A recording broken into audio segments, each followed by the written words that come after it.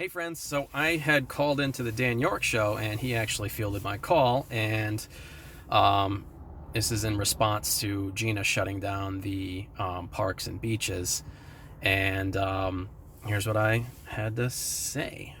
This is the Dan Yorke Show. Not park in the parking lots, and you cannot do this in big groups.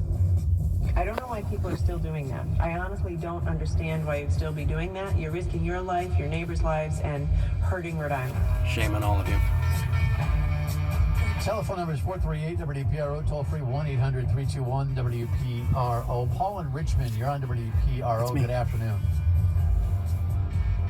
Yeah, Dan, thanks so much for taking my call. I just want to, add my thoughts here. People are trying so hard to just hang on to some sense of normalcy, and until it directly affects them, they're not going to get it. And, thankfully, we're doing everything we can to make sure that it doesn't directly affect us, and I think we are doing a good job, most of us anyways, but I think until we actually see the direct effect, whether it's once, twice removed, until we know somebody or know somebody that knows somebody who's gotten this disease and seriously or critically gotten ill from it, we're not going to get it. And it's a shame to see it. But that's what now we have to take these drastic steps and continue stepping up the effort to just lock people down. Until we actually fully understand it and get it, this is what we're going to have to do. So I think Gina's doing a great job, honestly. Her leadership has been great. And I'd like to, I wish she didn't have to do it, but I'm glad to see that she finally did. Yeah, well, yeah, okay. Paul, thank you. It's a wise man right there. I concur. People are desperate for normalcy, but you got to be able to see a normalcy on a long-term basis versus a short-term basis. I think you're probably right. Until it affects you directly, Thank you, Dan. You're still somewhat oblivious to the concept. Telephone number is 438-9776. As far as the go.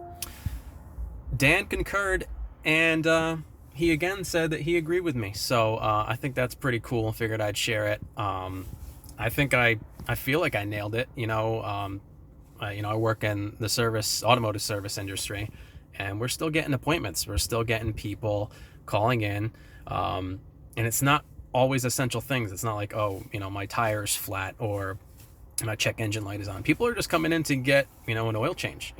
Yes, that can be essential. How long do you really put that off? But I think a lot of it, just like I said, ties into grasping for that sense of normalcy. People want to feel like they can still go about their daily lives and at least do some things that are, somewhat normal. Whether it's that, I don't know if it ties into a sense of denial about what's actually happening. I really don't think it's something.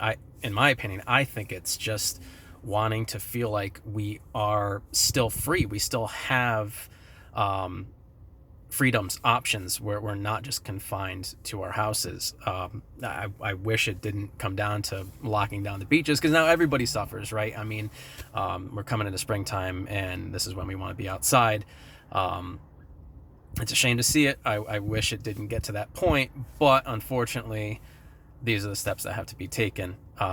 So I think just everybody needs to smarten up and just chill out, relax, grab a beer, whatever. Just don't do it in large groups. That's it for now.